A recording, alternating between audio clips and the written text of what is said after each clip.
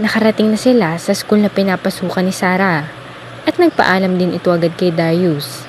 Habang si Darius naman ay pinaandar na agad ang kanyang kotse papunta sa kanyang office. Napaisip si Darius habang nasa biyahe.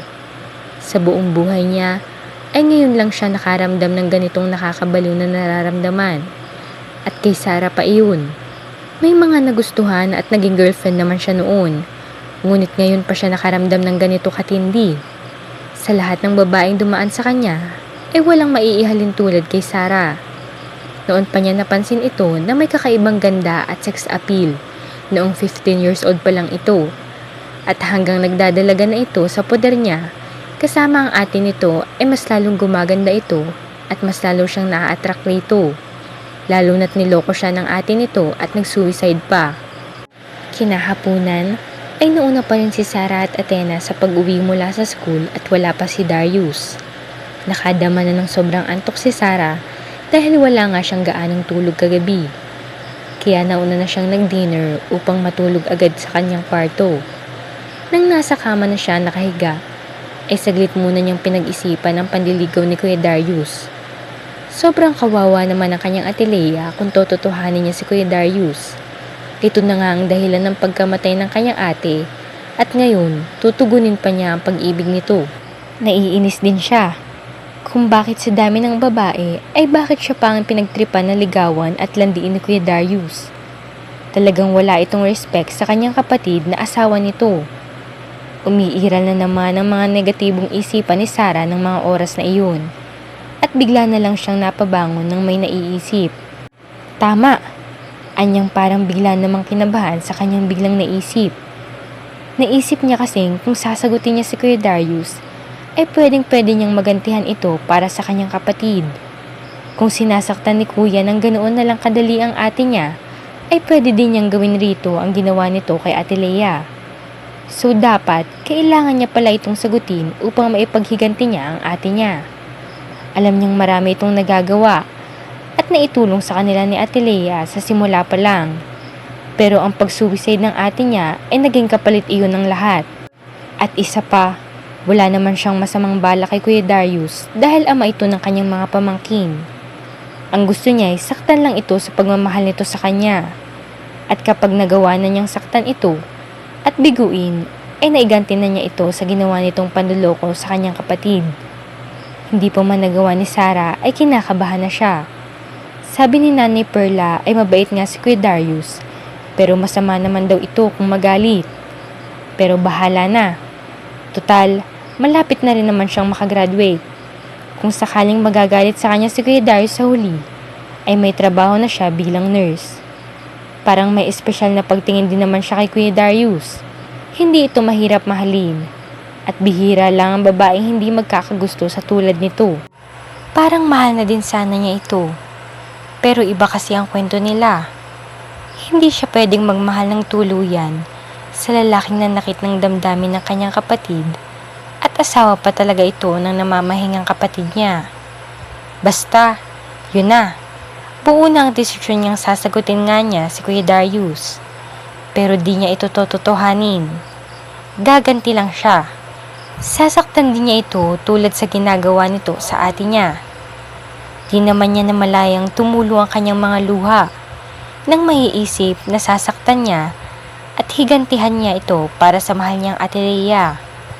Parang nasasaktan ng kanyang puso na gagawin niya ang paghiganti at kailangang handa siya kung siya naman ang kasusuklaman ni Kuya Darius.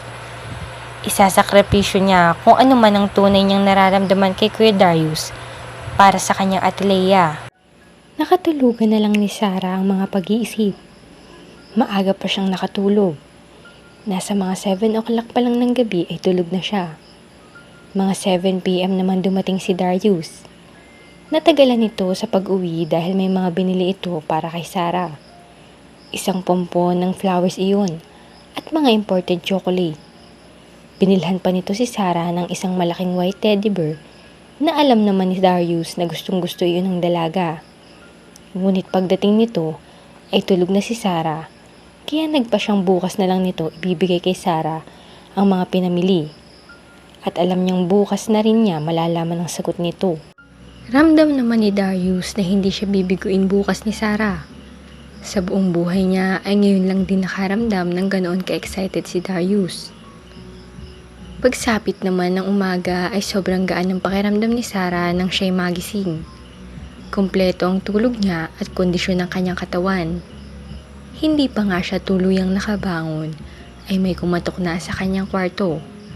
Nasa alas 5 pa iyon ng umaga at alam niyang busy ang makatulong sa ganoong oras dahil sa mga maagang obligasyong trabaho ng mga ito. Binuksan naman niya agad ang pinto. Nagulat pa siya nang si Kuya Darius ang nasa labas ng kanyang kwarto. "Good morning!" Masiglang bati nito. "Good morning po, Kuya Darius." Utal na tugon niya rito. "Para sa iyo ang lahat ng ito, Sarah." Ani nito sa kanya. Namangha pa siya nang makita agad ang pumpo ng bulaklak at mga chocolate, lalo na ang malaking teddy bear na iniabot sa kanya. "Wow! Ang ganda nito, kuya! Maraming salamat po." Anyang tinanggap agad ng unang malaking white teddy bear at natutuwang niyakap agad iyon. At ang huli niyang tinanggap ay ang isang pumpo ng red flowers at mga chocolate. Parang kinilig naman siya muli at makikita sa kanyang mga mata ang kasiyahan ng mga sandaling iyon. "Mabuti naman at nagustuhan mo lahat, Sarah. Kamusta na ang desisyon mo tungkol sa atin?" Kaagad na tanong ni Darius. "Sinasagot na po kita, Kuya Darius," sabi niya rito. Sa sinabi niyang iyon ay tumuloy ito sa kanyang kwarto at kinabig agad siya at muling mainit na hinalikan. Gustong gusto naman ni Sarah ang mga halik ni Kuya Darius at maalab niya rin itong tinugon. Kay aga-aga ay nakipaghalikan si Sarah kay Kuya Darius. Hindi naman niya inaasahan na alas 5 pa lang ay pupuntahan na siya nito at bibigyan ng mga bulaklak, chocolate at malaking teddy bear. Nang sabihin niyang sinagot na niya ito, ay muli na naman siyang siniil ng halik nito sa labi. Nagparaya naman siyang halikan nito. Parang pati siya ay naaadik na rin sa mga halik ni Kuya Darius. Unti-unting natuto naman siya sa ikatlong beses na paghalik nito sa kanya, kung paano tumugon rito. Ilang minuto din siyang nilunod ng mga halik nito. Nakadama na naman tuloy siya ng kaba dahil sa nadamang init ng kanilang mga katawan. Ayaw niyang mapunta sa kung saan ang takbo ng kanilang halikan. Natatakot siya. Mabuti naman at nagpaawat lang din ito. Mariin siyang tinitigan nito at hinawakan nito ang dalawang pisngi niya. "Alam mo bang napakasaya ko ngayon? Sobrang saya ko talaga, Sarah. Mahal na mahal kita at gagawin ko lahat na mapasaya ka." Masayang wika ni Darius sa kanya. "Mahal din kita, Kuya Darius." Sabi pa niya rito na sinalubong ang mga tingin nito sa kanya.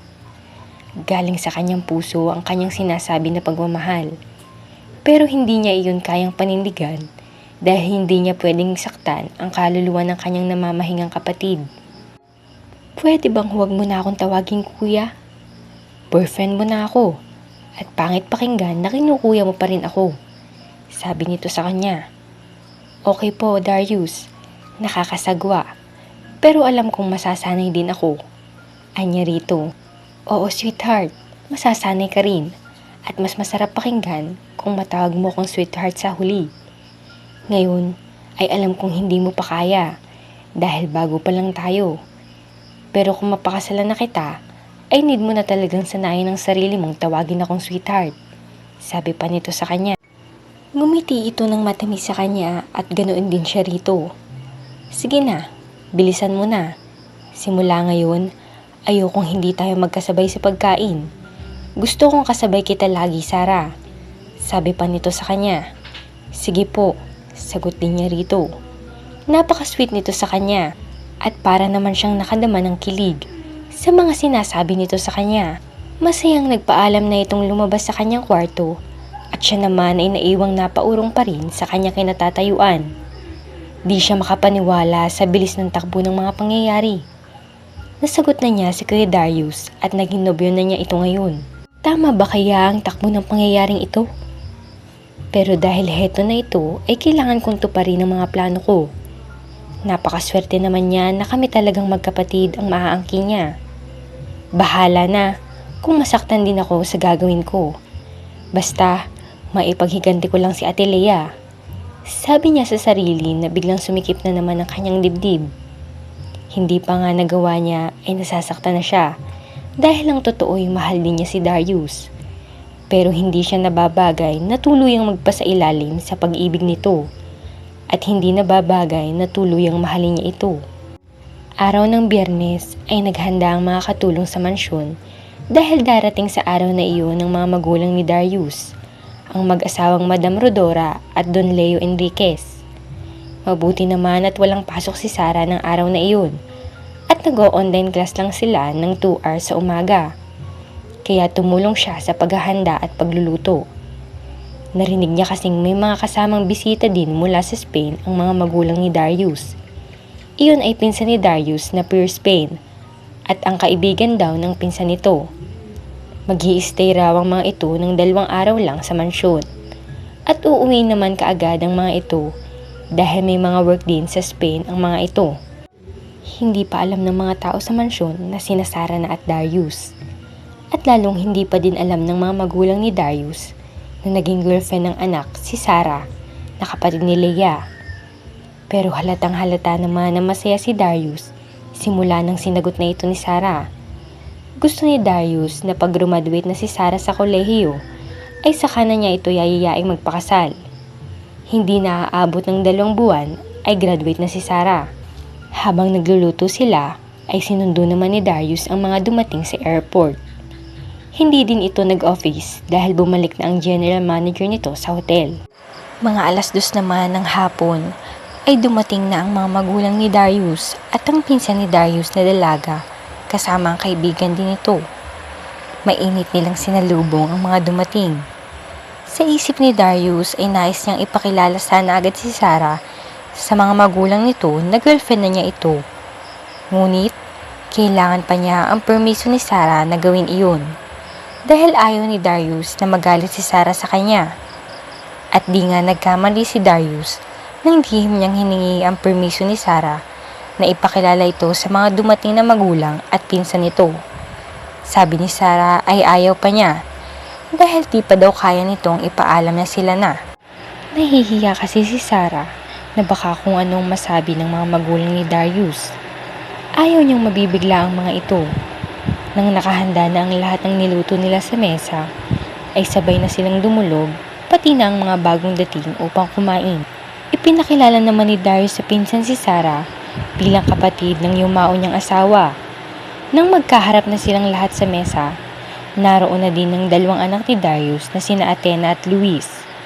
Tumabi talaga ng upo ang mga ito sa bagong dating na lolo't lola. Nagpakilala din ang pinsan ni Darius kay Sarah. At nakita niyang mabait naman ito. At hindi maarte kahit halatang sobrang yaman ng porma nito. Dahil sa sophisticated ang dating nito at ganoon din ang kaibigan nitong nasa tabi niya na nakangiti rin kay Sarah. By the way cousin, this is my best friend Rosalia. And Bess, this is Darius, ang pinsan ko. Pakilala din ni Isabel sa kaibigan nito sa pinsang si Darius. Nakita naman ni Sarah na nakipagpalitan ng ngiti si Darius sa best friend ng pinsan nito. Hindi maiwasan ni Sarah na sumama ang kanyang loob dahil nakaramdam siya ng selos, lalo na't maganda din naman ang nagngangalang Rosalia. Halina't magsimula na tayong kumain. Masiglang wika din ng amang pure Spain ni Darius na si Don Leo Enriquez. Oo nga, kumain na tayo dahil ang sarap ng mga hinandang pagkain sa mesa at ako'y nagugutom na rin talaga. Nakangiting wika din ni Madam Rodora, ang ina ni Darius. Kumain na nga silang lahat at parang nawala naman ng gana si Sarah, lalo na't nasulyapan niyang panay ang matamis ng ngiti ni Rosalia kay Darius. At nakita din niyang nagre-response naman ng ngiti si Darius paminsan-minsan rito. Ewan ba niya kung bakit nakadama siya ng tinding selos nang makitang nakikipagpalitan ng matamis ng ngiti si Darius kay Rosalia. At ngayon naman ay nagre-respond ito sa lihim ng ngiti kay Rosalia. Biglang nagngit-ngit tuloy ang kalooban niya. Umiiral talaga ang pagkababaero ni Kuya Darius, kaya nga nagawa nitong lokohin ng ate niya dahil hindi talaga ito faithful. Sige lang, makikita talaga ni Kuya Darius. Iiwan niya rin ito at di niya ito tototohanin. Leche talaga ang lalaki ito. Nakakainis talaga. Maya-maya bigla namang nagsalitang muli si Madam Rodora sa gitna ng kainan nilang lahat. Darius iho, kung balak mo nang muling mag-asawa sa huli, ay available pa itong si Iha. At wala nang boyfriend ito ngayon. Panunodyo pang bigla ni Madam Rodora sa anak sa best friend ng pinsang si Isabel. Natigilan naman si Darius at napatingin kay Rosalia. Nakita naman nilang tila kinilig din si Rosalia na nakatingin kay Darius. Pati si Sarah ay natigilan nang marinig ang sinabi ng ina ni Darius. Napatingin naman siya kay Darius at nakita niyang napatingin din ito sa kanya. Kung pwede lang sana ay tumakbo na siya palayo roon dahil sa inis niya ang mga sandaling iyon. Nakita din ni Sarah na parang boto ang mga magulang ni Darius kay Rosalia at pati na si Isabel ay nag-follow up din sa panunodyo kaya biglang nagkatuwaan ng mga ito habang kumakain. Pagkatapos ng kainan nilang iyon ay nagmamadaling na si Sarah na pumasok sa kanyang kwarto at di na talaga muling lumabas pa. Sumapit na lang ang gabi at oras naman sa dinner ay di na lumabas si Sarah. Total, busog naman siya dahil lampas 2:00 na nang sila'y kumain. Di niya maiwasang magselos at mainis. Kaya mas mabuti pang magmukmuk na lang siya sa loob ng kanyang kwarto. Mga 6:30 na siguro iyon ng gabi nang may biglang kumatok ng sunod-sunod sa pinto ng kanyang kwarto. Sarah, buksan mo ito. Please? Anong boses ni Darius sa labas ng pintuan. Ayoko nga. Umalis ka na dyan. May ginagawa ako rito. Disturbo ka lang kuya. Sagot din niya rito ang pagsigaw na sinadyang muli itong tawaging kuya. Umiiral talaga ang ugaling bunso at pagka-immature ng konti ni Sarah ng mga sandaling iyon. Ano? Buksan mo nga ito. Ano bang nangyayari sa'yo? Inis namang tanong ni Darius sa labas habang muling kumakatok. Wala naman kuya. Kaya umalis ka na dyan, pwede? Tugon pa niya ritong nanggigigil. Ano ba? Buksan mo na ito. O sisirain ko tong pinto mo. Galit na wika ni Darius dahil di naman kasi alam nito kung ano ikinagagalit ni Sarah sa kanya. Ngunit nagmamatigas talaga si Sarah. Naisip naman ni Darius na ikinagalit siguro at ikinaselos ni Sarah ang biruan kanina. Sinabi naman niya kanina na ipapakilala na niya ito bilang girlfriend niya. Pero ayaw nito. Hindi sana siya itukso kay Rosalia. Pero hindi naman siya pumatol kanina sa tuksuhan. Pero talagang ikinagalit pala iyon ni Sarah. Sarah, galit na ako. Buksan mo na to. Alam ko na kung bakit ka galit. Sabi pa ni Darius. Bukas na lang tayo mag-usap kuya Darius. Gabi na po. Tugon naman ni Sarah mula sa loob. Mag-aalas 7 pa lang ng gabi. Maaga pa. At isa pa, di ka pa kumakain. Matigas na wika ni kuya Darius dahil ayaw talaga siyang buksan ni Sarah. Tinakot ni Darius si Sarah na sisirain niya ang pinto. At nang marinig ni Sarah ang sinabi ni Darius, ay inis niya itong binuksan. Mabilis namang pumasok si Darius habang wala pang nakakakita sa kanya. Ang kulit mo rin kuya Darius. Inis pa rin niyang wika rito na patuloy niyang tinatawag si Darius na kuya. Bakit basta ka nalang nagagalit nang wala sa tamang rason? Nagseselos ka ba kay Rosalia? Tanong nito sa kanya na nakasalubong ang mga kilay. Ano? Hindi Okay lang sa akin kuya. Diyan ka naman magaling eh. Hirap niya rito. Ano bang mga sinasabi mo? Wala kang dapat pagsilosan dahil mahal na mahal kita. At tigilan mo na ako sa pagtawag sa akin ng kuya. Dahil kasintahan mo na ako, Sarah. Ani ni Darius sabay yakap sa kanya ng mahigpit. At agad na inangkin nito ang kanyang mga labi. At ng mga sandaling iyon ay muntikan nang may mangyari sa kanila ni Darius. Pero hindi iyon natuloy dahil natakot si Sarah. At agad naman itong nilapitan ni Darius at niyakap. I'm sorry sweetheart. Naiintindihan kita. At sana sa susunod ay hindi na ako mabibigo. Handa akong maghintay kung kailan mo kayang ibigay. Mahal na mahal kita Sarah. After sa graduation mo ay pakakasalan na kita. At sana kung darating man ang araw na iyon, ay handa ka na dahil asawa na kita sa araw na iyon. Kung sakaling hindi pa kita tuluyang magalaw nitong susunod na mga araw. Sabi nito sa kanya. Ano bang nangyari sa akin? Bakit ako nagkaganito? Ani ni Sarah habang napasubunot sa kanyang buhok. Bakit mo nasabi yan? Takang tanong naman ni Darius. Naiinis ako sa sarili ko. Muntik mo na akong magalaw, Darius. Ganoon na lang kadali ang lahat. Asawa ka kasi ng ate ko. Parang ang pangit talaga isipin. Di napigilang wika ni Sarah. Biglang nagsalubong ang kilay ni Darius sa narinig mula kay Sarah. Bakit hindi mo palayain ang sarili mo sa mga negatibong pag-iisip? May relasyon na tayo. Kasintahan na kita at walang mali kung magiging tayo. Sinagot mo na ako. At ayokong pabago-bago ang takbo ng isipan mo. Iwaglit mo ang mga negatibong iniisip mo dahil hindi yan nakakatulong sa ating relasyon. Parang nagalit na wika ni Darius. Pasensya na. Sambit na lang niya. Sige na, magbihis ka na. Baka magbago pa ang isipan ko at di mo na ako mapipigilan. Kahit gustong gusto ko na, Sarah. Pero pinigilan ko dahil nakita kong di ka pa handa. Ganyan kita kamahal. Sabi ni Darius na parang natouch naman siya sa sinabi nito. Nakita niyang nagbihis na si Darius kaya unti-unting nagbihis na rin siya. Pagkatapos ni Darius magbihis ay umimik siya kay Sarah. Sabay na tayong lumabas. Gusto kong sabay na tayong mag-dinner. Alam kong patapos na rin silang kumain ngayon kaya tayo naman ang kakain. Sabi ni Darius kay Sarah. Grabe ang pagpipigil ni Darius at pagtitiis ng mga oras na iyon. Ramdam na ramdam pa rin ni Darius ang pagwawala ng kanyang alaga sa loob ng kanyang suot na underwear. Sa lahat ng babaeng nakarelasyon niya, ay kay Sarah lang yata siya nahirapan ng ganito. Noong nagkaroon siya ng mga girlfriend dati, ay nagalaw niya naman agad ang mga ito na hindi nahihirapan dahil hindi na ang mga ito virgin. At ganoon din si Martina, dahil hindi pa nga niya ito naging girlfriend noon, ay nakuha na agad niya ito noon. At nasundan naman ni Leia, na hindi na rin virgin ang ate ni Sarah nang magalaw niya ito. Pero di naman niya kino-question ang virginity dahil para sa tulad nilang Spain ay hindi na mahalaga ang virginity. Ngunit kakaiba ngayon ang kanyang naramdaman nang hindi niya agad makuha si Sarah. Mas lalo niya itong minahal. Para sa kanya ay sobrang mahalaga ito sa kanya ngayon. Mapapansin naman talagang wala pa itong karanasan sa sex. Makikita naman sa katawan nito ang pagka-virgin nito. Pero sana ay makuha niya si Sarah sa susunod na mainit na tagpo nila. Para sa kanya, ay siya na ang pinakamaswerte na lalaki kung tuluyan na niya itong maaangkin. Pero ayokong sumabay doon.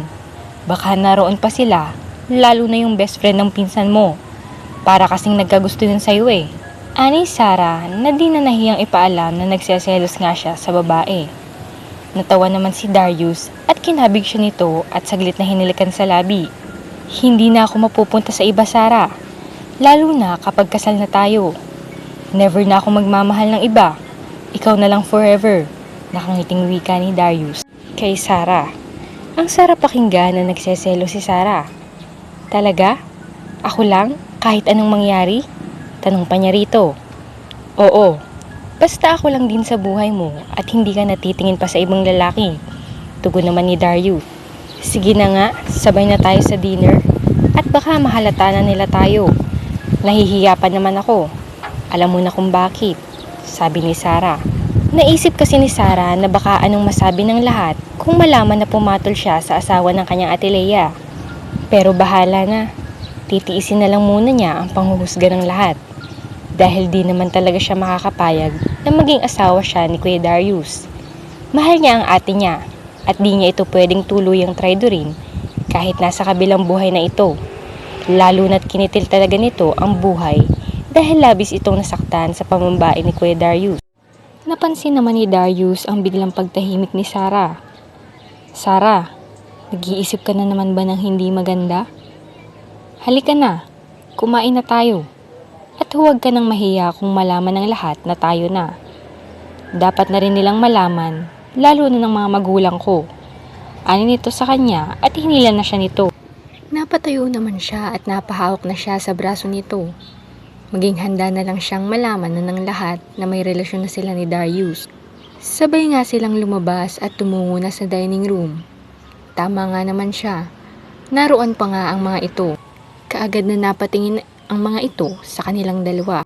Pagdating ng dalawa sa hapagkainan, ay napatanong naman ang pinsan na si Isabel. Saan ba kayo galing ni Sarah, Darius? Patapos na kaming kumain. Bago sinagot ni Darius, ay umupo muna silang dalawa ni Sarah. Nag-usap lang kami saglit ni Sarah dahil meron kaming hindi pagkakaintindihan kanina. Seryosong wika at sagot ni Darius sa kanyang pinsan. Parang nakadama naman si Sarah ng hiya. Ngunit tiniis na lang niya. Napansin niyang napatingin ang lahat ng mata sa kanya. Sina Isabel, Rosalia at ang mga magulang ni Darius. Napatikim naman ng ina ni Darius na si Madam Rodora. Bakit iho? Tanong pa nito kay Darius at napalipat agad ang tingin sa kanya. Wala ma. Mamaya na lang tayo mag-usap. Kumain muna tayo. Sagot ni Darius sa ina. Pagkatapos nilang maghapunan ay nagpahinga na sa guest room sina Isabel at Rosalia. At sina Madam Rodora ay sinadya nitong hindi muna papanhikin sa kwarto ng asawa nitong si Don Leo. Mga 8:00 yun ng gabi at kapwa nagkape sina Darius at ang amang si Don Leo sa may labi. Doon sinabi ni Darius ang tungkol sa kanilang relasyon ni Sarah. Nagulat naman ang mga magulang ni Darius sa nalaman. Ngunit saglit lang iyon. Para sa akin ay okay naman iho na si Sarah ang pangalawa mong maging asawa. Dahil siguradong maging mabuti ang takbo ng pagsasama nyo, lalo na't pamangkin lang din ni Sarah ang mga anak mo. Sabi ni Madam Rodora. So, anong iniintay mo anak? Pakasalan mo na si Sarah. Sabi naman ni Don Leo Enriquez.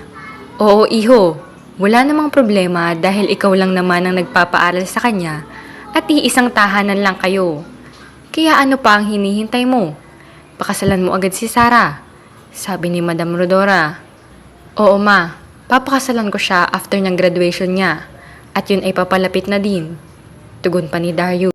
Lumipas ang mga araw, ay parang mas lalo pang na-inlove si Sarah kay Darius. Sa tuwing hindi niya ito makikita pagdating niya mula sa paaralan, ay hinihintay niya talaga ito. Nakadama siya ng lungkot nang maisip ang kanyang mga plano. Naiiwan niya rin si Darius at tutuparin ang kanyang mga planong paghihiganti na ito'y saktan. Napamahal na kasi talaga ito sa kanya. Ngunit hindi pwedeng puso ang manaig sa kanya.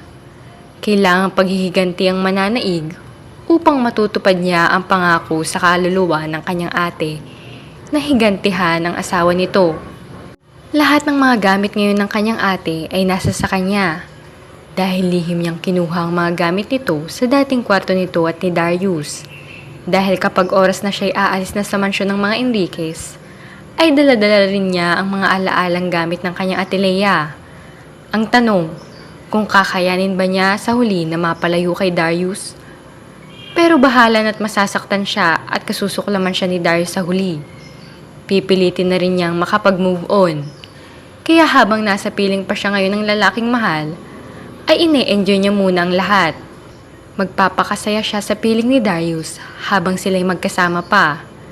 Pinahid niya ang kanyang mga luha. Pakiramdam niya'y malapit na ang araw na iyon. Sarah, umiiyak ka ba? Biglang tanong sa kanyang likuran ni Nanay Perla. Nasa grand hall siya ng mga sandaling iyon, palakad-lakad. At di niya namalayang nasa likod na pala niya si Nanay Perla. Ay nanay, kayo po pala. Nabigla pang wika niya at sabay pahid. May problema ka ba, Sarah? Tanong ni Nanay Perla. Hindi na siya makakaila ritong umiiyak siya dahil nakita na siya nito. Wala nanay. Kahit ano-ano na lang kasing pumapasok sa isipan ko. Mga nakakalungkot na pangyayari. Sagot na lang niya rito. Hay nako, akala ko kung anong problema mo. Sabi naman nito sa kanya. Napatayo naman siya sa kinauupuan. Nanay, kapag darating si Darius, ipakatok na lang po niyo agad ako kay Belen. Di muna ako magdi-dinner dahil hihintayin ko po siya. Sabi niya kay Nanay Perla. Ay, ang sweet naman. O siya, sige, Sarah. Nakangiti namang tugon ni Nanay Perla. Pag alis ni Nanay Perla, ay humakbang na rin sana siya upang papasok na rin sana sa kanyang kwarto. Nang biglang dumating ang kanyang dalawang pamangkin, pati na ang mga yaya ng mga ito. Tita, laro muna tayo! Masayang wika ni Athena at Luis. Napaurong naman siyang napatingin sa kanyang mga pamangkin dahil isa ang mga ito na mapapalayo sa kanya kung matutupad na ang mga plano niya. Pero lihim pa rin siyang makikipagkita sa kanyang mga pamangkin at hindi siya mapipigilan ni Darius sa huli. Pinagbigyan na lang niya ang mga ito. Hindi na lang siya papasok sa kanyang kwarto. Makikipaglaro na lang muna siya sa kanyang mga pamangkin habang naghihintay siya sa daddy ng mga ito. Pagdating naman ni Darius ay tinigil agad ni Sarah ang paglalaro sa mga pamangkin at sabay sumalubong ang mga anak nito at humalik rito. Siya naman ang huling sumalubong rito. Imbis na siya ang humalik sa pisngi nito, ay ito ang siyang diretsyang humalik sa kanyang mga labi. Parang isang masayang pamilya na talaga sila kung titingnan. Nasanay na rin ang mga pamangkin ni Sarah na makita ang kadalasang paghalik ng daddy ng mga ito sa kanya. At botong-boto naman si Athena sa tita ng mga ito na siyang maging pangalawang asawa ng daddy nila. May sorpresa ako sa iyo ngayon, sweetheart. At gusto kong doon tayo sa 3rd floor sa mismong kwarto ko. Para romantic. Nakangiting bulong ni Darius sa kanya. Talaga? Ano yan? Excited pa niyang tanong rito. Ngunit nakadama naman siya ng kaba dahil baka kung ano na naman ang takbo ng eksena nila kung sila lang dalawa sa mismong kwarto nito. Sabi ni Darius sa kanya, ay saka na muna sila mag-dinner at pumunta muna sila sa kwarto nito. Ano ba kaya ang surprise nito sa kanya? Pumasok muna si Sarah sa kanyang kwarto. Nag-uusap pa kasi si Darius at ang ina nito. Kinabahan naman siya. Kung may surprise ito sa kanya ay bakit kailangan doon pa sa 3rd floor sa mismong kwarto nito? May binabalak na naman ba kaya si Darius sa kanya? Alam niyang gustong-gusto nitong angkinin na talaga siya nito ng tuluyan. Bibigay na lang ba siya? Kung sakaling magkahiwalay sila nito sa huli, ay may matatamis din siyang alaala kay Darius. Okay lang naman sana sa kanya na angkinin siya ng tuluyan ni Darius. Pero ang tanong, ay handa na ba siyang masaktan ng ganoon kasakit? Kung paghahalikan ng pag-uusapan, ay sanay na siyang makipaghalikan kay Darius. At alam na niya kung paano tumutugon ng mainit sa mga halik nito dahil na training na ata siya nito. Pero how about sex? Napangwiwi siya sa kanyang naiisip. Napaka-dirty minded naman niya dahil wala siyang ibang iniisip kundi ang bagay na iyon. Di pa nga niya alam kung ano talaga ang purpose ni Darius na siya'y dadalhin nito sa ibabaw ng mismong kwarto nito.